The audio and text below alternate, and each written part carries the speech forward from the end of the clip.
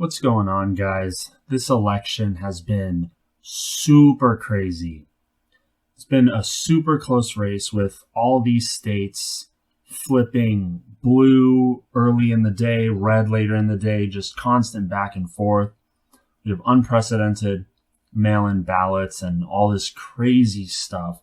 And this is the first election in recent memory that didn't have the victor called the night of. So we're looking here at the electoral map, and these states actually flipped overnight. So last night, Trump had a clear lead, and then Wisconsin and Michigan both flipped to Biden, and with 96 and 95% reporting, it's a safe assumption that Biden's probably going to carry both of these states. North Carolina and Georgia also both 94% reporting. So those are pretty safe to say those are Donald Trump states. Pennsylvania is the one state everyone has been eyeing this entire time. And so far, with 64% reporting, it has a 9% lead in favor of Donald Trump. But what I think the state that people should be paying a little more attention to is Nevada. The margin for Nevada is super close, 8,000 votes, or less than 8,000 votes, only 67% reporting. So the reporting for Nevada is comparable to Pennsylvania, but the margin for Nevada is much closer than Pennsylvania. For Pennsylvania, so far, it looks like a blowout. Whether or not the next 36% changes that or not, we'll see, but Nevada is super close. And if you actually do the math, it is pretty much the deciding state.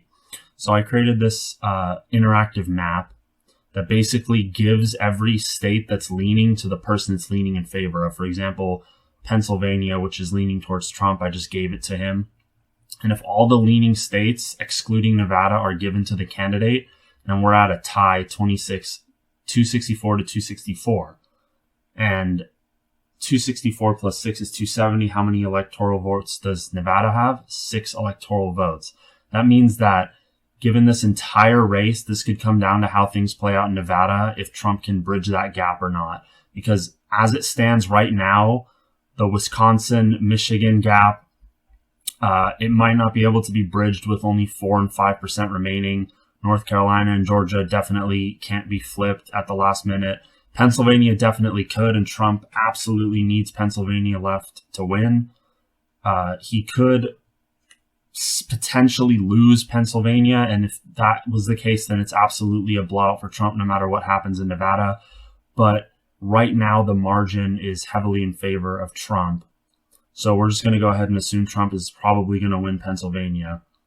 And in that case, if Nevada also doesn't change, then Trump does not win re-election regardless of what happens in Pennsylvania.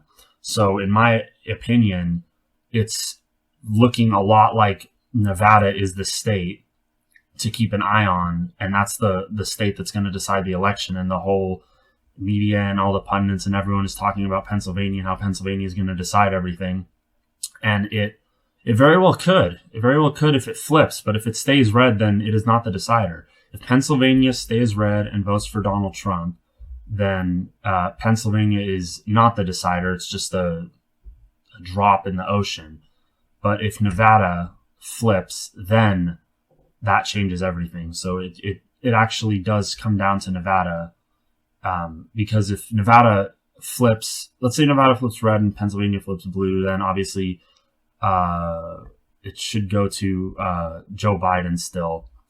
But if Pennsylvania doesn't change and it goes to red, then Pennsylvania is not the decider at all, because Biden, if he takes Nevada, could still win the presidency even without Pennsylvania. But if Pennsylvania flips blue, Trump could not possibly win election without it. So we really shouldn't be paying so much attention to Pennsylvania right now, because no matter how Pennsylvania goes, it's not going to change the results of the election. Because with Pennsylvania, Trump doesn't win the election unless he can take Nevada also, or unless these two switch, which is very unlikely.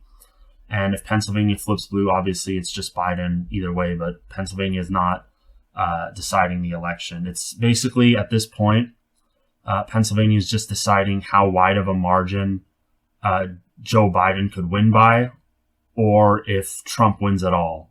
So Pennsylvania for Biden's side basically means he wins by a larger margin than he normally would have. And Pennsylvania on Trump's side means he has a shot if he also takes Nevada at winning the entire presidency. So I pretty much just wanted to chime in to tell you guys, keep an eye on Nevada. Nevada is a very, very competitive, a lot more competitive than Pennsylvania at this time of the election counting. The margin for Pennsylvania is way too wide for Joe Biden to bridge. But, I mean, to be fair, that's been the case for a lot of the states so far. A lot of the margins were unbridgeable before. Texas was unbridgeable for a very long time in Joe Biden's favor, and it flipped. So the votes counting, it definitely matters. We can't count Pennsylvania out just yet. And if these reporting numbers are accurate, then Wisconsin, Michigan, North Carolina, and Georgia are pretty much spoken for, which means Nevada and Pennsylvania are the only two states. And again, Pennsylvania is not really the deciding state here. It's more Nevada based on this chart. If we look at it as all the leaning states just go to the person they're leaning in favor of. Pennsylvania could easily flip to Joe Biden, but like I said, unless Nevada also flips for Trump, then Pennsylvania's result doesn't matter, because if Biden keeps these three states, then he's the winner, 270. And if he gets all three of these and Pennsylvania, it's a blowout. And if Trump wins Pennsylvania, then it doesn't matter because he didn't win Nevada. All right, guys, that's all. I just wanted to do a quick election update, just to notify the people watching that Nevada is a state we should all be paying attention to, probably a little bit more attention to Nevada than Pennsylvania. And we will see how the election goes. We'll see if this goes to court. We'll see if it does a recount. I mean, it's of course going to do a recount. There's a recount almost every election when it's this close. So recount is definitely going to happen. Usually not much comes of the recount. Usually the winner remains the winner. We'll see if it goes to the Supreme Court and how that plays out. So whoever actually assumes the office of presidency, and of course there's the issue of Trump not conceding the victory, which that doesn't really matter that much, but it is sort of a novel crisis for the United States that we haven't encountered before. So we'll see how things play out, but at the very least, just considering who wins the election, Nevada is likely the deciding state. And then the lawsuits and recounts and riots, etc., that follow may or may not change who actually assumes office. It historically has never done that, but we shall see. Don't celebrate too soon. Don't wallow too soon, I guess. Just sit tight. And yeah, that's pretty much it.